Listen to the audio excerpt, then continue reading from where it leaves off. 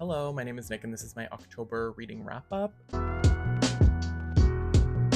I read 10 books in the month of October, which is pretty good. There's a lot of stuff in here, mostly horror. There's some poetry, there's some nonfiction, there's a classic, there's some literary fiction. And overall, I had a pretty good reading month, better than the last little while. So let's get into it. Fever Dream by Samantha Schweblin is a very aptly titled book. It's so small, but really reads like an absolute fever dream. The whole thing toes the line between this like intentionally hazy recollection and being just like straight up confusing. The story is essentially about a woman who wakes up in a hospital bed and there's a young boy at her bedside, and they are recounting a story together of like a sequence of events, but they both have a different recollection and different memories of what happened, and it plays with memory and recollection in a really, really fascinating way. It's twisty, it's turny, it's freaky deaky. It's definitely literary horror. It's not very scary, but for someone who's really into literary devices and things that feel different and special and unique, this really worked for me, and I really enjoyed it. And I think a lot of people would feel the same. The Diving Pool by Yoko Ogawa is a 3 novella collection, and all of them have this really sharp, simple but effective writing. And this is the same author who wrote The Memory Police that I have not read. And maybe I will now because I did enjoy this. All of these stories are pretty strange. One of them is about a girl who is like obsessed with watching her foster brother dive in a diving pool. One of them is about a girl who keeps track of her sister's pregnancy through a diary, and one of them is about a girl who goes back to her college dorm room and like sees what it looks like now. It's all pretty innocuous in terms of premise, but the way that it's executed is really eerie and creepy and just like so atmospheric and tense. The tension is so well built through like tiny little moments, and it's just like masterfully done.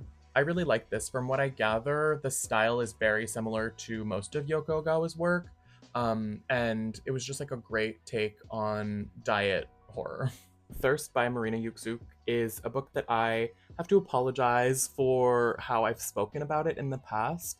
I think its marketing logline is something like sapphic vampires and like ancient sapphic vampires. And I think that does a disservice to the book because it's not really going to deliver on that premise. And it's going to give you something completely different that I actually really enjoyed. So there's 2 parts to this novel. The first part is about an ancient vampire who arrives in Buenos Aires in the beginning of the 19th century and essentially tracks time through these changes that are happening in culture and humanity, and specifically where she is. And then the second part is modern day Buenos Aires, where a girl is dealing with her mother's terminal illness and also the troubles of modern day motherhood. And then their paths do cross, and they're inextricably linked. And that was really interesting, but it's not the most interesting part of the book.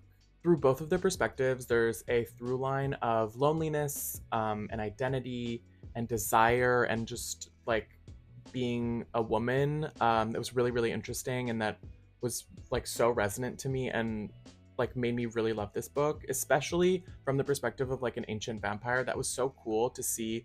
Like vampire is just the backdrop, and like the experience of womanhood is in the forefront. So yes, you do get sapphic vampires in this, but you also get so much more. Living Things by Munir Hashemi is another book that I think the marketing logline has done a disservice to.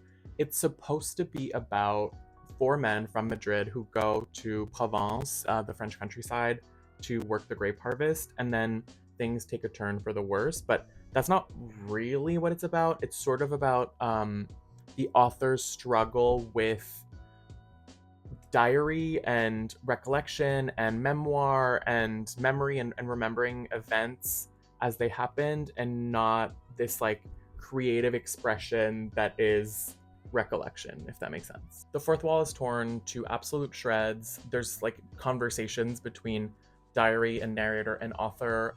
It's very, very interesting in that way. It's a little bit heady at times, but I kind of enjoyed it. I don't know if I would have hunkered down and read the whole thing that quickly if I wasn't on a moving train. But I really enjoyed it, and I read it pretty much in one sitting, which I think helped. It was really cool to see the way that these different narratives intertwine and speak to each other and then don't. It's like there was the past tense with what was happening, but then there was also like the author's um, fingerprints of the present and writing it and the experience of writing it. That was really interesting. And overall, I really liked it. I don't think it's for everyone though, so I can't really make like a blanket recommendation of it. But I really did like it, and it does something weird and kooky, and I've never seen it before, and I really like that. Voice Like a Hyacinth by Mallory Pearson comes out January 2025, and I do not like to read advanced copies like this early, but I had to make an exception for this one. It's perfect for spooky season, and I'm so happy I did because I really loved it. It's set at a prestigious, secluded, like prep school, boarding school. They're all in their early 20s though, so maybe it's college. I'm not really sure how the US education system works and what this specifically would mean, but it's very interesting in terms of a setting. And there's 5 girls, and they're all vying for this special prize in their arts program, and they're all best friends, and they're all gay, which I thought was stunning. There's something really great about reading a book where like the entire cast of characters is queer, but it just happens to be like that. It's not like a huge plot point, it's just a fact. And this is done so beautifully here. This takes the craft and mixes it with The Secret History by Donna Tartt, makes it more gay and really horrific. Like, I wouldn't say scary, but I don't really scare easily, but it is really horror forward in like a beautiful way. The descriptions of disgusting things is really cool. I love the way it talks about art. It's such a fascinating world, and to mix it with horror is so cool. And then also girlhood, like the way it talks about these 5 girls experiencing being in this environment together and what that feels like and what it feels like to know that it's coming to an end. So fascinating, so cool. And this is like one to watch. I loved it. Recognizing the Stranger on Palestine and Narrative by Isabella Hamad is part a transcript of the Edward W. Said Memorial Lecture she gave at Columbia University just a week before October 7th, 2023. And the other part is her reflections in early 2024, and essentially just talks about an appraisal of Palestine and the situation that's going on and the struggle for freedom for Palestinians. It speaks about the craft of writing and the way history is shaped by narrative, and specifically the way this pertains to Palestine. A passage that I really liked and wanted to share is: facts do not at all speak for themselves, but require a socially acceptable narrative to absorb, sustain, and circulate them. She talks about when she was in a creative writing class, she like wrote a story, and it was based on facts, and everyone was like, this doesn't feel believable. And she was like, but it is. And it was so interesting to hear her say that like sometimes facts are not all they're cracked up to be. They don't have to make sense to every reader and every person experiencing them. And when you think about that in the context of the genocide, it's just so disheartening, but feels really real. And so, yeah, I just think this was a really important read. And so, illuminating is not even the right word. It just like drove home the point that what's happening is just unconscionable. Tell Me How Long the Train's Been Gone is my 4th installment of My Year with Baldwin, in which I'm reading every single James Baldwin novel this year. And it wasn't my favorite, though. That's not saying much because it's still a James Baldwin book, and I still love his style of writing, and I love the things that he talks about. And so I liked it, but I didn't love it. This book is about Leo Proudhammer, who is an actor who at the beginning of the novel has a heart attack on stage. And then you essentially have him recounting his life through these moments that have shaped him throughout the rest of the novel. My favorite part of the book is his relationship with his brother and the way he talks about his brother. I've really been into sibling stories recently and talking about siblinghood, and this is one of them that really worked for me. It's so rich and there's so much there, and it was really interesting to see him explore that. I also found it really interesting that it talks about fame and stardom and dissects that in a really interesting way with a lot of nuance. And I think that's interesting because at this time, this was James Baldwin's 4th novel, but he'd written other things, and he might have been on the fringes of fame in a certain kind of way. I don't think he was recognized in the way he should have been at the time, but he was still a certain level of famous. So it's interesting to hear him talk about fame in that way. I loved Go Tell It on the Mountain and Another Country, and they both explore similar themes to this book with race relations, sexuality, masculinity. But for some reason, those worked better than this one. I think the reason is that this one had a lot of dialogue. Another Country had a lot of dialogue, but this had like a lot more, and it almost feels like it was meant to be a play, which is maybe on purpose because it's set with a stage actor and that's the narrator. But it was a little meandering because of that, and so it was hard to get through the whole thing.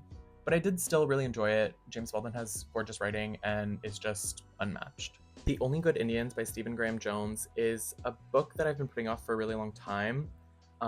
He has a really specific style that I don't think I respond to as much as I thought I might, and that's true because I read some other of his books that I didn't love, but I really liked this one. So it's about four men who are Blackfeet and are linked because of some thing that happens when they're younger. I don't really want to spoil that, but then afterwards they're riddled with guilt and they are being pursued by an elk entity, hell-bent on revenge. There's so much eeriness. It's very vibe heavy in terms of horror. It also feels like a classic horror novel in many ways. Like the things that were happening felt the way they should feel in a horror novel, if that makes sense. But I think the cultural elements and the context of it is what makes it so interesting in terms of like adding this to the pantheon of horror novels. The Extinction of Irena Rey by Jennifer Croft is such an interesting book. I like can't get over it. So important to note is that Jennifer Croft is a very celebrated translator, and so this kind of feels like her novel that is a commentary on translation in general because it is so translation forward, not only in plot but in practice. It's so fascinating. So at face value, this book is about six translators who go to a secluded house in the woods to visit their author that they share, and they're going to translate her new work, and then things go awry. But the other layer to it is that this book is a book within a book. It's one of the translators has written her account of what has happened, and then we get another translator who's translating that recounting, and adding her fingerprints all over it. There are footnotes saying this never happened. Things like it's just so cool. It's so petty. It's so funny. And it's just so good. I think someone could enjoy this book just by reading it, on the first level. Like just the narrative itself is so interesting, and I really liked the mystery and the vibes of the actual things that were going on. It feels like a little bit eco dystopian, and then there's a mystery. It's really good, and then you add the second layer of the translation and all of that stuff, and it's just so delicious. But even if you're not reading it for that, the first part is just really good. I would say this is a big recommendation for anyone who likes Catherine Lacey. I think they have similar styles, and it feels very like twisted in that way. Queer Little Nightmares, which is an anthology edited by David Lee and Daniel Zamparelli. This anthology has poetry and prose, and it's about monsters and horror, and it was really fun. I didn't know I needed poetry about horror and monsters, but that I think was my favorite part. It was so fun and like special and cool, and I loved getting the queer perspective on it. Yeah, I really enjoyed this. I really liked all of the poetry, and some of my favorite stories were Like Me, Nature's Mistake, and The Minotaur and Theseus. Those were all the books I read in October. I would love to know what books you read and loved. So please let me know in the comments. And as always, thanks for watching.